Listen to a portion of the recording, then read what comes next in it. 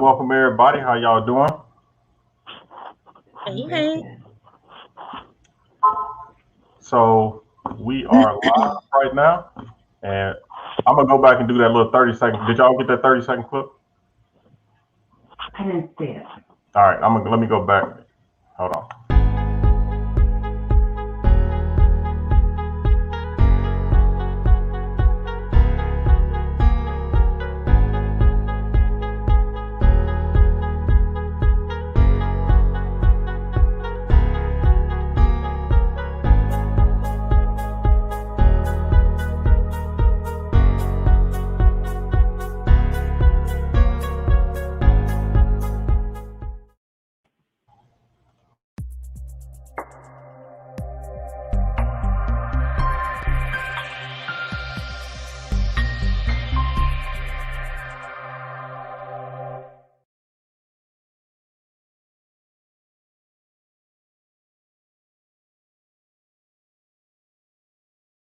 Welcome to the show, everybody.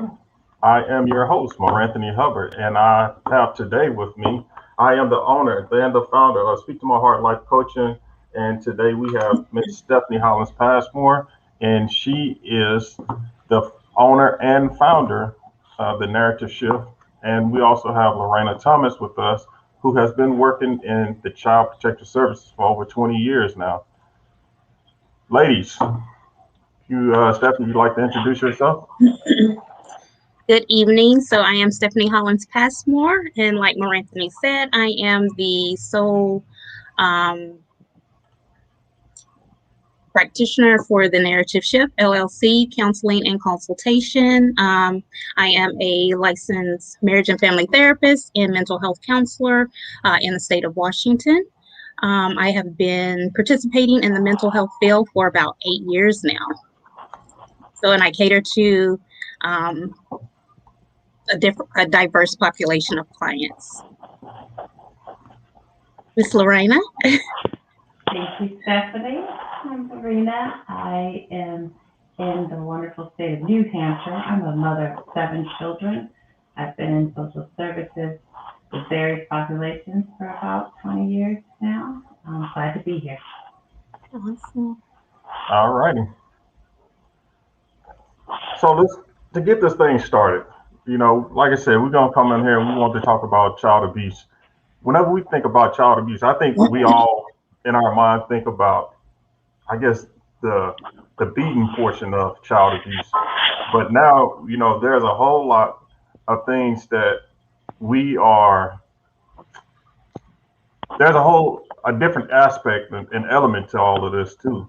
And I'm gonna just name a few of them. So whenever we think about when child abuse, we have bullying, sexual abuse, child trafficking, neglect, grooming, emotional abuse. So with all that being said, Lorena, what type of abuses you witnessed over your time period? I would say the most prominent, in the most prominent area I worked in was the physical abuse and then the area of neglect.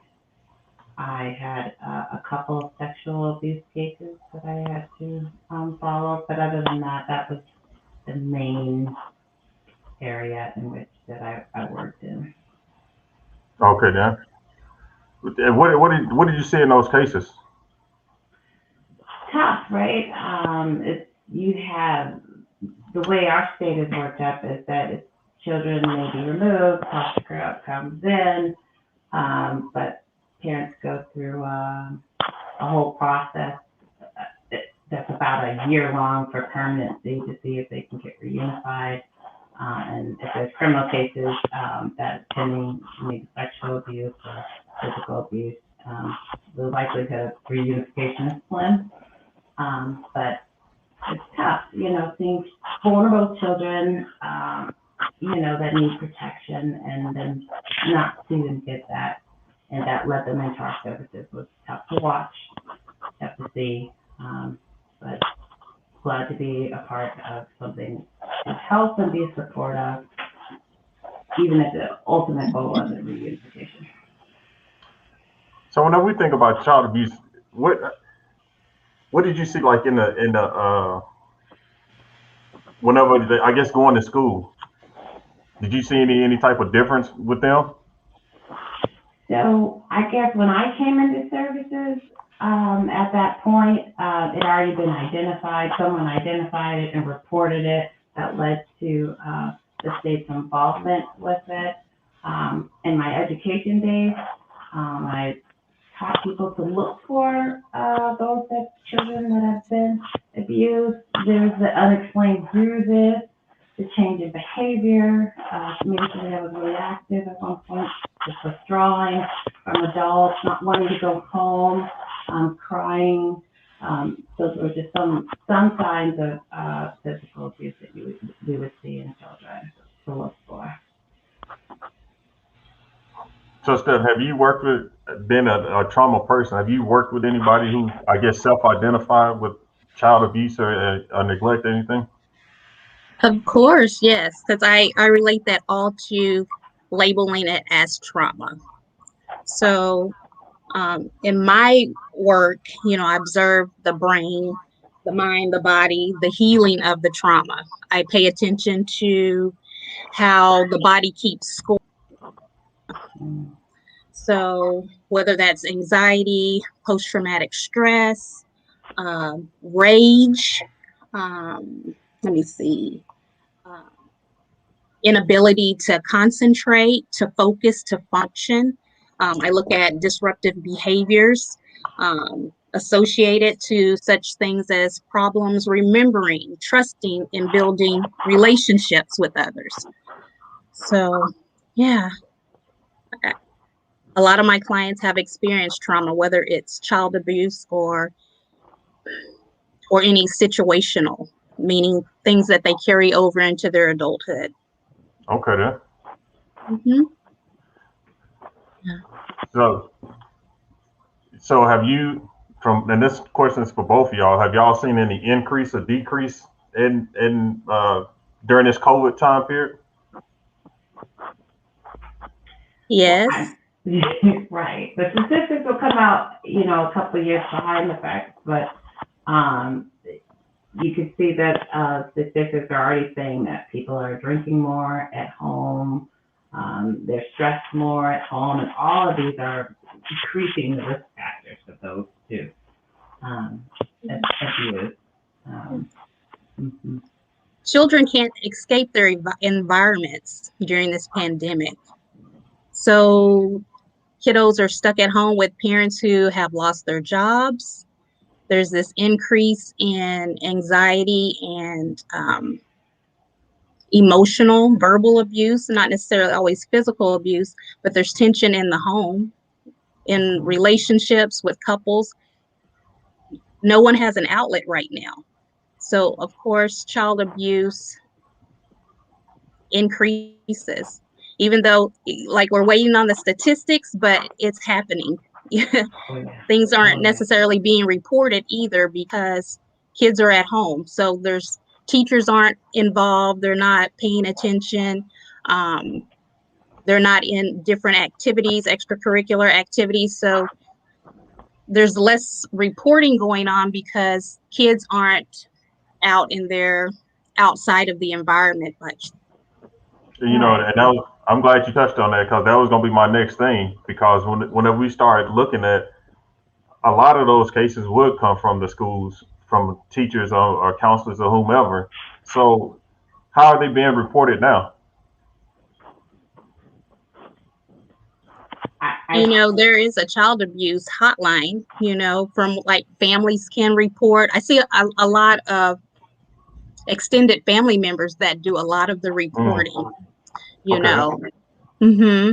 And, I am a mandated reporter. So if someone comes into my office and we have certain conversations, I'm obligated to report. It's not my job to identify or say it's child abuse, but I am obligated to report that. What my not findings or my observations. And so that's when CPS is involved and they do their jobs of investigating. Was you going to say something, Loreana? Oh yeah, I was going to say that being at home kind of isolates us from what would be natural supports, coaches, teachers. You know, I know there were less doctor's appointments, those things like that. So but there are neighbors, there are friends, there's people that are coming over in your social circle that could still see in the support and need the support. So we are live right now. So right now would be the good time to say what, especially you, Lorraine, with your that background, what are you seeing whenever you go in people homes that's this stuff that's been reported? What I guess as far as the parents go, we understand how the kids are, but what type of parents are they? So I've seen all kinds of economic statuses. So you think, oh, only poor people, and there's statistics that support that those in the lower bracket are factors are higher for them. But I've seen it across the board. So beautiful homes to homes that are not so beautiful, and it would amaze you. There's those that you think are okay, are labeled as being okay because they're well off, not necessarily the case. So I mean, I think that's a good thing to point out that it's just not a certain demographic or population that's experiencing this. There is other people who are experiencing abuse and what it actually looks like. Can we talk a little bit about the stigma attached to CPS, Child Protective Services? Like, individuals think CPS is just involved just to be involved. Like, they're here to take our kids away. Like, that's the agenda for CPS. But when parents and whoever is involved with the system, they need to understand that there's no agenda there, but their CPS is involved for a reason, and it's for the welfare of the child. And when parents and whoever is involved actively participate, they then come to an understanding of like, okay, this is not a negative thing that's occurring right now. This is to be of a positive outlook to, secure the well-being of our children. In New Hampshire, we get like there might be a finding or ex parte, if you will, of the case, and again, the timeline is about 12 months long, where they have a complete the CPS CPS study would have a treatment plan and recommendations and like timelines of things that need to be fulfilled during those time periods. And if a parent can meet those obligations and meet those recommendations and improve, there is a likelihood to reunify. It's a case-by-case basis, and some people are ready when the time the CPS comes in, and sometimes parents are not. So that determines the trajectory, if you will, of the likelihood of a reunification or not. So what is the follow-up time period? So like, say you work in a case for 6 months to a year, whatever the case may be. Mm-hmm. So whenever you work in that case, do you come back in and reassess? Do y'all have like a 6-month follow-up period whenever the child go back into these homes? Yeah, it is a case-by-case basis. So if someone did reunify, I'm sure there's a time period where a parent, educator, or home health aide was in the home documenting and some type of aid plan, say to support. But usually it's just to document and make sure that parent has all the tools and strategies they need to be successful with having their children back in the home.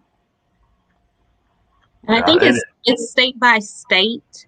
I know here in the state of Washington, there's different stages of CPS.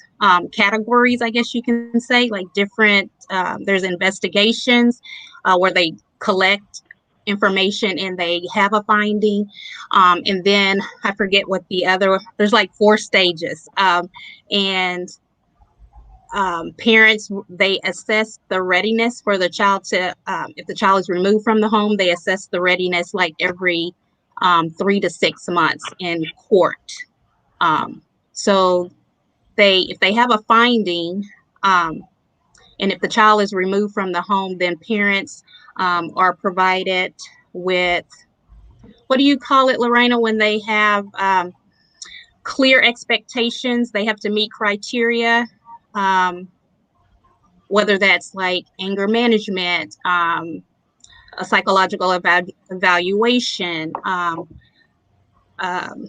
home readiness. Right. So they go through these call stages. it a treatment goal. Treatment goals. Mm-hmm. Yeah. In our reunification, we allow parents, the state of Washington gives parents 18 months to kind of get their stuff together. Right. From the time of finding to when they're going to assess if the parent or the home is ready for the child to come back into the home. Reunification. So. You know, and I all think states define child abuse differently too. Yeah. Yeah. I think it'd be some good to see or find out like statistical values of once that reunification happened, how does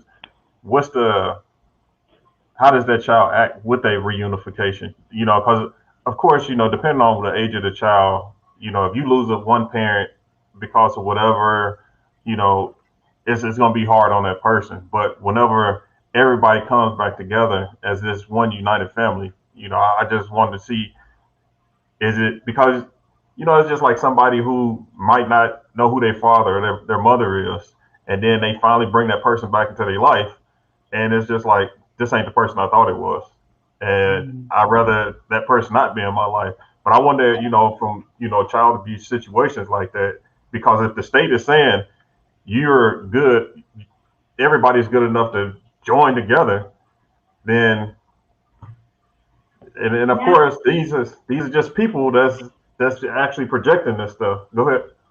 And remember, like when we talk about the state removing children that's under the age of 18, and so most of these children are in their formidable ages. They don't know any different. They don't know what a healthy family and environment looks like. So what my experience has been, especially in a home parent age role, is that children love their parents. They just do, regardless. And then, you know, excuses are made for behavior, but they love their parents and want to be with their parents. And so that's a tough will to navigate. So. And I've assisted in family preservation where I do the assessment for like home readiness, or when there is reunification with a family member, not necessarily mom or bio dad, bio parents. It could be an extended family member. I kind of work with the family in like attachment and engagement with whatever the relationship that needs to be repaired. But yeah, it's a hard process sometimes, you know, because, you know, we kind of give that soft handoff. And so we don't necessarily see the aftermath, like once we give off that. So who's to say if we made the right choices for these kiddos? Because we have such a short time frame to make decisions for these kiddos.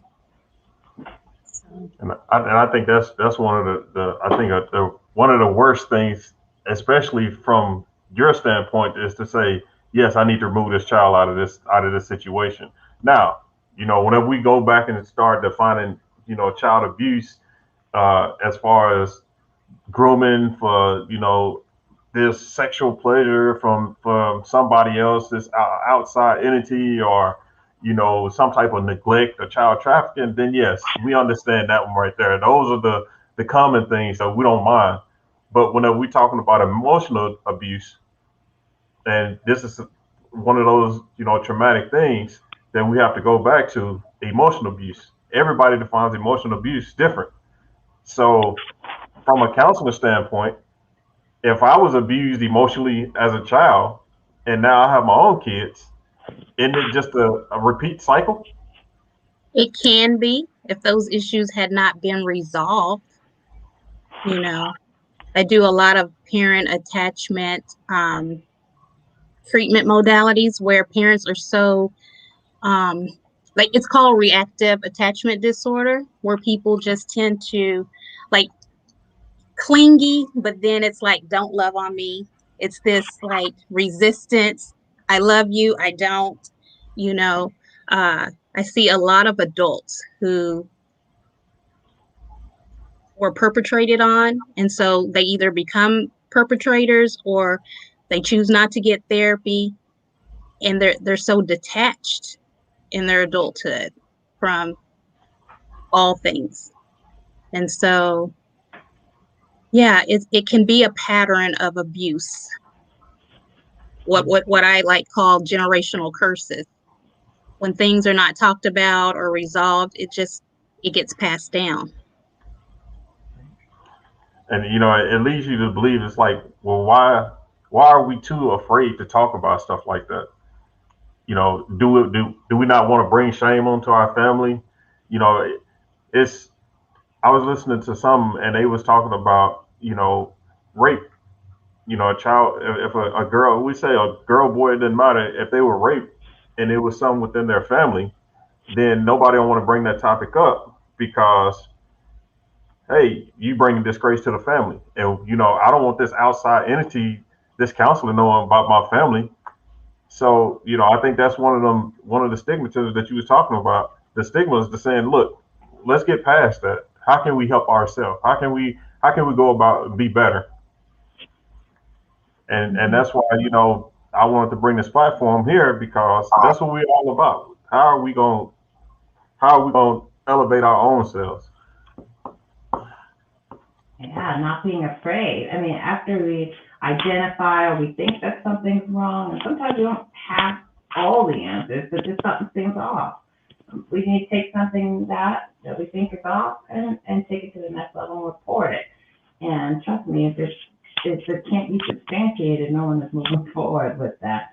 But I think the how we elevate ourselves is beyond identification, is taking it and reporting what we see.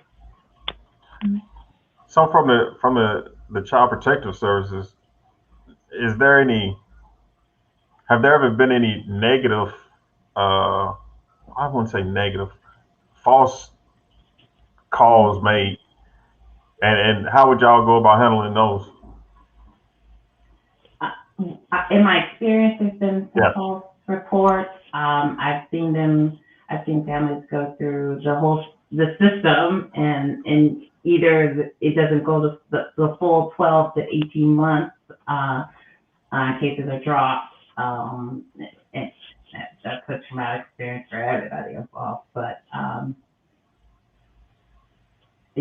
so I've seen that happen, and it runs its course. And I'd rather somebody go through that and not be identified than to not be identified and not have any protection of these children. So it's certainly out there. It certainly does happen, but it shouldn't deter us from making reports. Yeah, I got, we look at different arenas and people just be like, well, and then I guess that's another thing, being from the trauma standpoint of this, we and some of the things that we kind of regress, we hold that stuff in, and now if I have to come back and talk to a counselor, now I have to relive all this stuff up again. So it's just like that re-victimization type thing. So do you think that could be one of the reasons why people kind of shy away from the counselor? I think, for a lot of families, we have this conditioning where, when things happen, we don't make a big deal about it. Like, oh, that was just something that happened. That's part of life. You know, you kind of sweep it under the rug. And like, especially for our culture, we do that. Like, don't go talking about what's going on behind closed doors. This is my home. Or we're going to take it to the altar in prayer. What goes on in the house stays in the house. Is a breeding ground for a few. Yeah. You know, and I have a lot of clients that come into my office and they're so desensitized to what they've gone through, or they suppress it to the point where it's like, I think that may have happened to me. I don't know why I'm, expressing all of this emotional roller coaster, and they downplay it. Like, yeah, my dad only raped me once. He only penetrated me once. It was an event, it's not behavior. Right. And so I think helping individuals to understand what is healthy versus toxic or unhealthy traits and tendencies and behaviors, I don't think too many of us are really educated on what abuse looks like, So, yeah. So, Lorraine, whenever we talk about abuse, I know you touched on it a little bit, but what are some signs of what can people actually look for? So I wrote down some key things.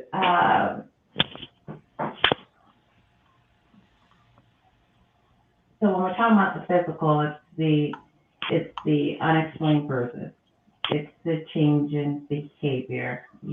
Like I said earlier, one that was maybe active and things is withdrawing. It's that change that we're looking for.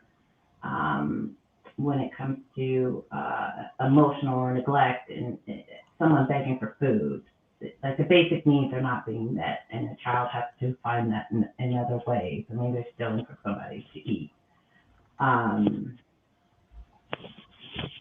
If you see a child cower against adults, that's another sign of abuse.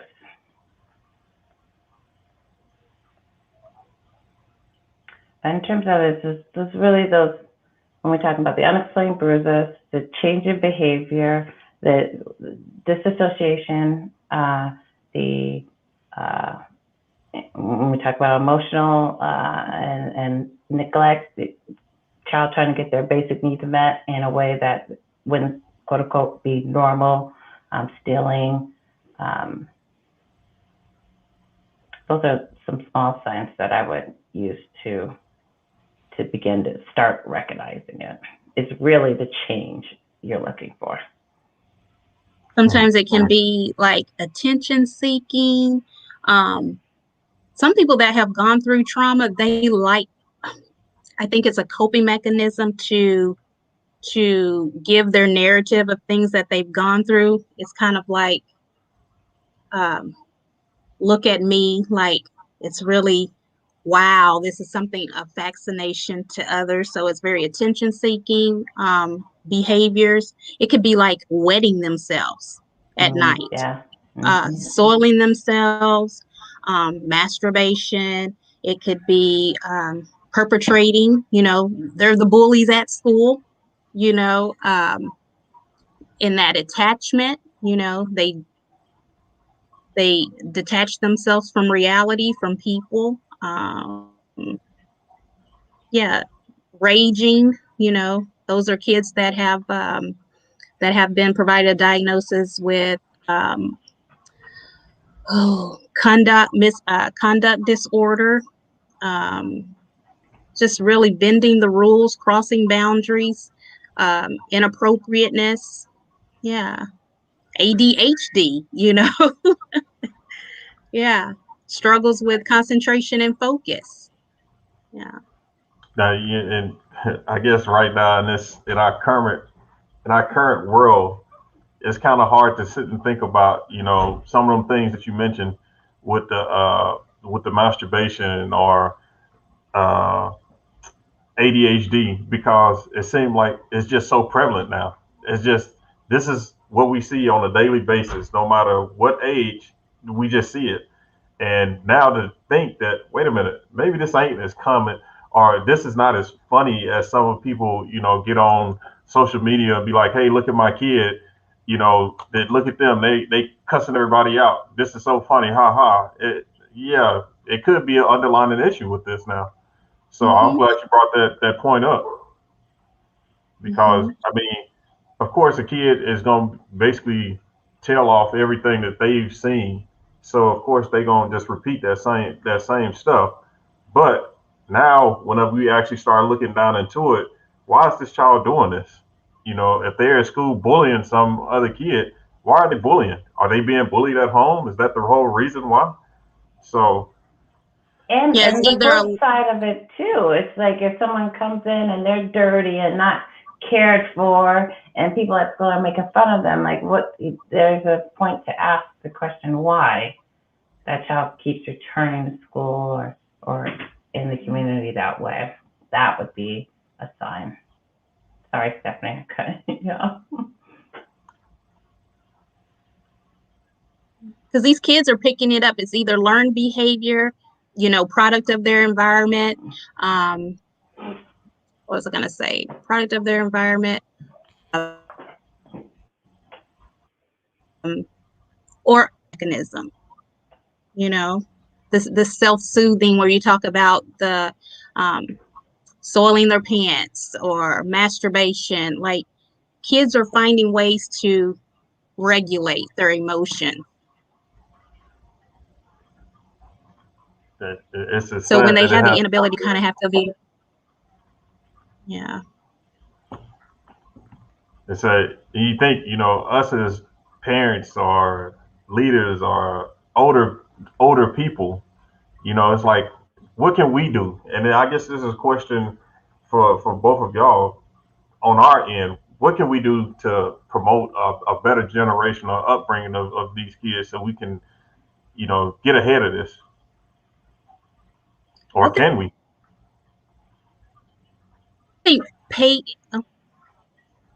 I think paying attention, just really absorb, don't just, come to a quick conclusion about, nothing's going on with this. Like, really pay attention and not be so throwing opinions around or projecting or blaming, really paying attention to our kiddos, looking at their behaviors. Yeah, all behavior communicates something. And being that listening ear, being a mentor, helping out other parents we know are struggling, that's key, how we can help each other out as a community. Look out for those, volunteer at the Boys and Girls Club. If you can, be a foster parent. That the need for foster parents are increasing like crazy. Be that if you can. Heal ourselves. Heal I think ourselves. that's the biggest one. How do we move forward our own selves to help somebody else? I think that's one of the biggest ones. And you brought the foster parent thing up. So in those cases, whenever we removing children outside of them homes, and they had to go somewhere. So is that one of the things, I guess, that's being put in the back of people's minds, that they're in this situation right now, but where the place that they going might be worse? Is that one of the things that's being thought of, during that decision making process before before people are actually removing those kids from there? So I'm torn on the subject because I know that it does exist, and I know there are foster parents that don't have the children's mind and heart. I know the state goes through extensive background, at least in New Hampshire, the extensive background checks. There's a course they have to go to. There's a lot of work in becoming a foster parent. And so the state has a mandate in terms of keeping an eye on that and regulating that. But yes, I'm torn. But it doesn't necessarily have to be a foster parent. It could be a family that's identified. And while this whole hearing is taking place, It could be with a grandparent, an aunt, uncle, if it doesn't necessarily have to be a foster parent that takes over during this time. It could be family or relative as well.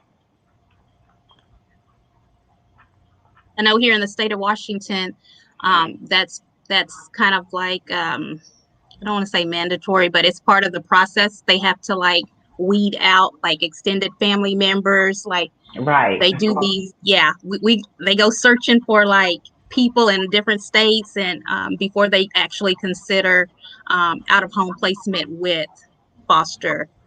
And I think they do intensive background checks. They have a whole program within CPS, and I think they even do like trial in home. Do they do that there, Loreana, in your state? I think so. Yeah. So yeah. It's just one of those things, I'm like y'all, I'll be torn to say, okay, then let me take this person out. But then, you get into these foster homes, and then these kids come right back and tell you what happened in the foster home. And you're like, well, it wasn't no better over there. So why are you, because, and that's what gives it different programs and different people bad names, is because here you thinking you're trying to help somebody else out, and you're really not. You probably make the situation worse. And, just like y'all was mentioning, these are young kids, so they love their parents to a certain degree. Depending on what the abuse is, they gonna love their parent regardless. But then once you remove them from a situation, and then they experiencing the same thing in this environment, just to come back to that environment, it's like, what was it all for? Sometimes it can be more traumatizing, just the out of home placement. Oh yeah. Parents identify that as like, you're triggering my child. Of course he's going to act this way because you took him out of a home. You took them from what they know, what they're familiar to like weekend visits or 1 to 2 hour visits throughout the week.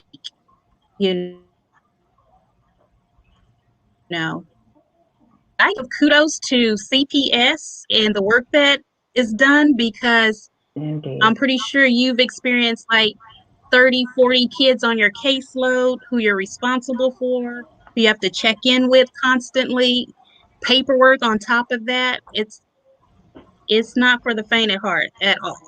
You have to love what you do to be in that type of work. Indeed. So, she mentioned about the visitations. Can you give us a little, some about the visitations and what you've experienced? So like what a typical visit looks like? Yeah. It depends. If home visits are approved, I would go pick up a child from wherever they were temporarily residing, and go to the home. In that time, as a parent educator, I would be writing notes from start to finish about what occurred, and they want to see the parent doing normal things that parents do, cooking dinner, going over homework, not so much playing all the time, but do what parents do in terms of an activity of some sort. And those are just we're watching interaction and for healthy and appropriateness, and not trying to parentify children and giving them too much. So the parent educator will be there redirecting if needed. So y'all actually saying stuff to them. It's just not you just sitting in the corner just writing stuff down. Oh, absolutely not. Yeah. So absolutely yes. So yeah, we're trained to provide an intervention if needed, or some type of strategy, not to be over somebody, but to kind of be like a part of the deal that's as normal as possible. You try to, have you thought about doing it this way, or engaging in the conversation, like maybe a parent is sharing too much about what's going on with the court case and on this visit, and and the parent educator would reframe, redirect, and say, hey, let's focus on this now. So a typical visit might be, depending on the, usually the child's age, it's like infants have longer visits, you know, and so because of the whole attachment thing there, and bonding and attachment. And after the visit's over, you take the child back to the temporary residence, and that's it. And notes are filed. So that right there is a typical good visit. You So have any bad visits? Oh, I've had bad visits. I had people show up on visits that weren't supposed to be there, or the home wasn't approved due to drugs or fentanyl, you know, or maybe just straight out neglected. The home is a hoarding home, and it's not appropriate for children to be in. So I've had to end visits early for parents being intoxicated. I've had to, and so as an educator, couldn't say a parent was intoxicated, but you know the signs of impairment, and we annotated those, and it had a policy. If you showed up this way, the visit would end. And boy, it's a terrible position, not only for the child, right? Because they don't understand why parent educator would have to end a visit early. And then the parent is frustrated too. So that's just a tricky situation. Or parents who, like for me, I observe from from a window. So I don't step in and like do any parent coaching. I just kind of see how it's kind of organic, and see what their parenting expect. Parents who have like a 2-month-old and say, oh, they should be holding their bottle. No. Or why isn't little Johnny walking at 6 months? Like those are not realistic expectations. Right. Yeah. It's a shame that, here it is that your child has been removed from you, but then you show up like this, I guess, as an educator, so do you approach the parent at that time and say, hey, we're going to end this visit early because of whatever? I was trying to think of particular cases I had. One, I had a parent, a mother and a husband on a visit, and I talked to the mother about what I saw and asked for her help in ending the visit, and that was easier than me trying to just end it all together and take off. Yeah. That would have been, because it's like safety first, I think a lot of times people think that you won't notice, or, people won't see what's up when you do. You do. And some parents don't look at CPS like authoritative figures like police or any, that have a real say-so. So, yeah, they try to get away with whatever they can get away with. Right. Mm-hmm. Which the only person that's really hurting is the child. And at the end of the day, that's the person who's really getting hurt on the whole situation, which is sad. Yeah. Sometimes when you're under the influence or you're sick with an addiction, all your priorities are just out of whack, Yeah, true. So it's not that one doesn't love their child. They're just incapable of being able to care for them in that time. Mm-hmm. Yeah, a lot of parents are given like the finding of failure to protect, lack protective capacity, and so there it's not like that they don't care. It's just this has been their coping mechanism for so long, and they have no other tools. That goes with that old saying, whenever they say, pull yourself up by the bootstrap, it's like, yeah, if I don't know what or how to do that. What am I supposed to do? If my parent wasn't good to me, and this is what I experienced, guess what? I'm going, like you said, it's the generational curse. Then I'm going to maintain and do the same thing. But with CPS, it's part of the game plan is to get buy-in from the parents so that parents will actually utilize them as a resource.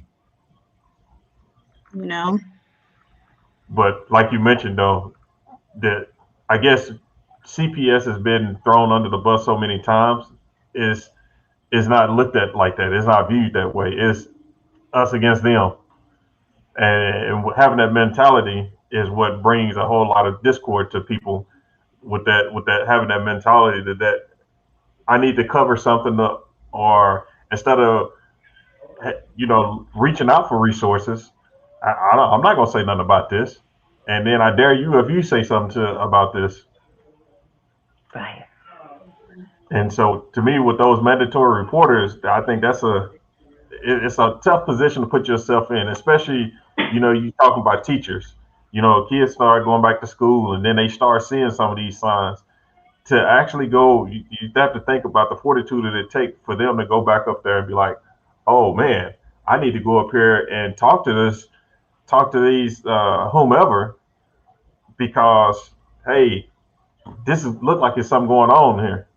So, and to think that yes, this child right here probably was doing somewhat good in school, might be regressing now, if they did get removed out.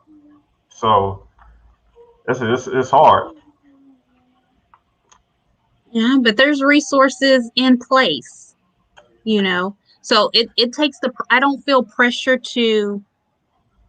that pressure, or that negative connotation that I'm just reporting. I'm not doing the investigation. I'm not doing the finding. I'm just going to go with what the facts are, present it to CPS, let them do their job. Like I did my part. And I know that there's resources in place for whatever the outcome is. And I'm glad you broke it down that way too, is because as a mandatory reporter, that's the only thing you're doing. I'm gonna report it. And sometimes, like you said, it could be one of them things that, hey, it was just all nothing, misunderstanding. All right, fine. As a parent, though, I would think I would be, I think I'd be on the fence. Hey, because you get some of them parents to be like, oh, why are you in my business? But then you also have some parents that just be like, oh, you know what? I'm glad that you look more deep into this. But I'm quite sure everybody will come back and say, well, why you didn't talk to me first? Well, the good thing about that is when you make a CPS report, you do not have to name yourself. That's right. That's right. And your name would not be found in any court document. Yeah, anonymous reporter. Right. So there you go. Like, hey, good that ain't on me. Back in the day, whenever we were growing up, I know, we always heard, well, you hear the kid telling their parents, well, I'm gonna call CPS on you. You keep on whooping on me like that, and the mom and dad be like, go ahead. They can come over here and get some of that too. Or I like, go ahead and call them. You gonna get a whooping now and a whooping when they bring you back. And you just be like, man, it's funny now. It's funny now that we can joke about it now, but at the same time, going through those times, it's just like, man. So, let's talk a little bit about the human trafficking and grooming and stuff like that. When we look at these, child abuse cases, have y'all been involved in any of those cases such as those? I've been more in sexual abuse cases rather than the human trafficking piece of it. That's been my experience. Go ahead. No, I was saying, and I've worked with children as young as age 10, young prostitutes who have pimps, and are so desensitized to their conditions. And a lot of them are in foster care. They are attached to the system. I work with adult sex workers as well. So in this, they started work, as young as like age 14, 15. And so they're still dealing with how to get out of that lifestyle because this is what they are accustomed to. Hard work, easy money, don't have education, can't go in and apply for a position.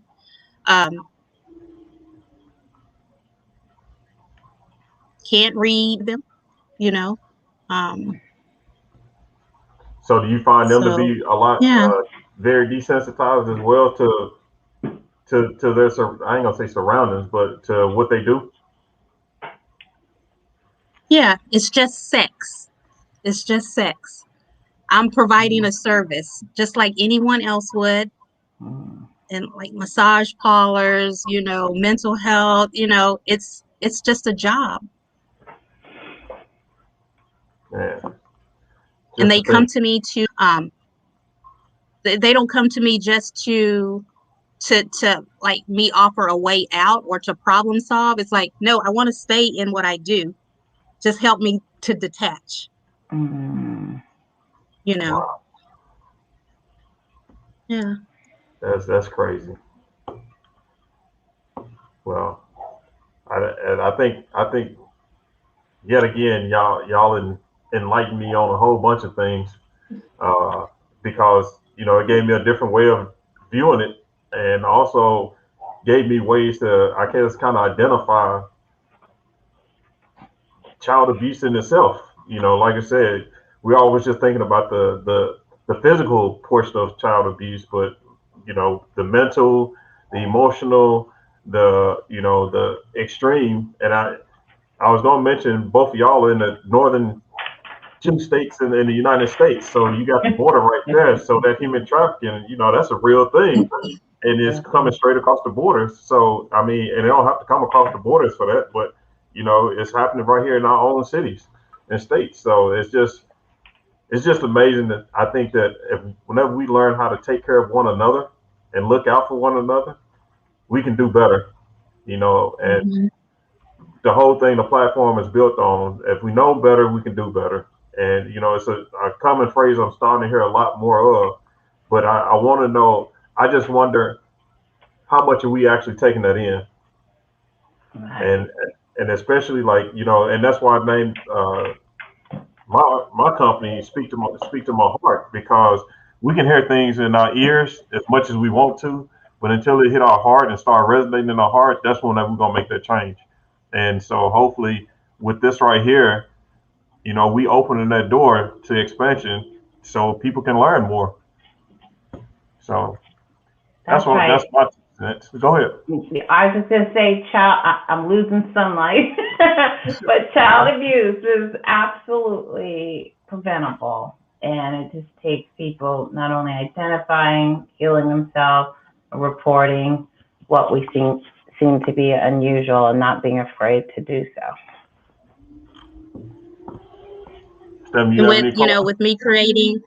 With me creating the narrative shift, I'm helping individuals heal through presenting their narratives. Yeah. So until you can confess something with your mouth, you can't heal from it unless you talk about it. So, ladies, that's gonna be our time. Thank y'all for doing this. For everybody, next week we have another Thank guest you for on the platform. here. Hey, this is what it's all about, is to illuminate different topics. Next week our guest will be Shanika Jones, and she will be talking about well, I should have prefaced the show at first and saying April is Sexual Assault and Child Abuse Prevention Month. So that's where these 2 topics, I know, are hard-hitting topics on an inaugural show, but at the same time, it's topics that need to be discussed. And so she'll be talking about the sexual assault, and she'll be providing us her story on what happened, and some of the same things that we was talking about, this child abuse and all this other stuff. She's basically going. She's a person who has experienced this stuff, and so she'll give us her story, and then we'll sit and listen and discuss some things on what do we do after that. And you know, that's where the life coaching come in. How do we progress from the place that we are to look and have a bigger and better future? So with that being said, like I said, thank y'all for viewing. I'm Ma'ranthony, the host, my co-host, Miss Stephanie Hollins-Passmore, and my esteemed guest, friend, sister from another mother, Loreana. Hey, thank y'all very much. So I'll be talking with y'all soon. All right. Howdy. Thank you. Yeah.